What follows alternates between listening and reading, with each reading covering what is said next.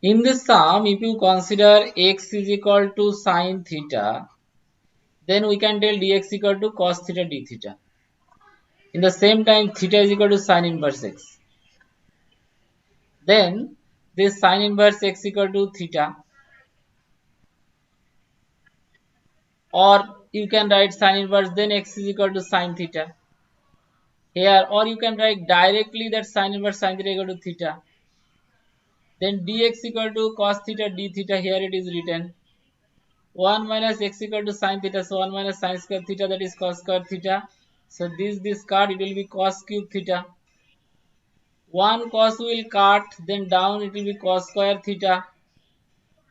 Cos square theta coming up, it will be sec square theta d theta. Now by parts, two functions are there, theta, this is theta and sec square theta. Now apply integration by parts, u integration v dx minus ddx of u integration v dx total dx, but here not dx, theta, d theta. Now sec square theta integration is tan theta.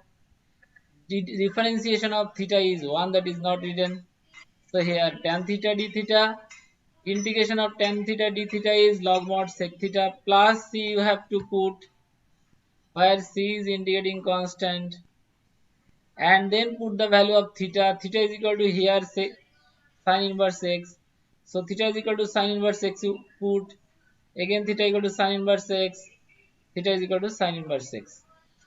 Now see this inverse you can keep here or you can simplify. In your book this answer is given.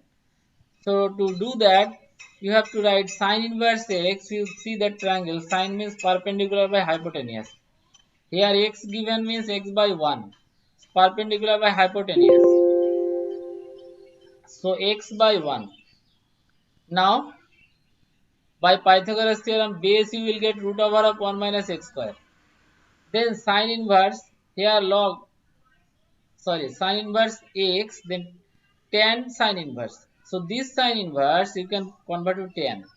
Then tan inverse base by, no, tan means perpendicular by base. So x by root over of this.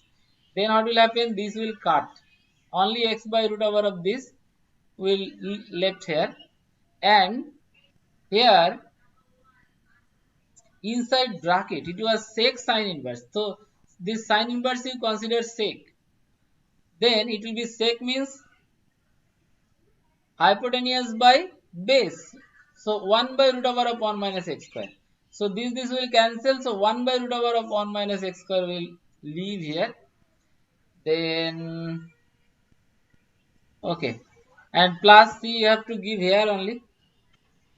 So this is the continuation of c here also. That c at last he is given, but you have to give when you finish integration that time only. So this is the answer.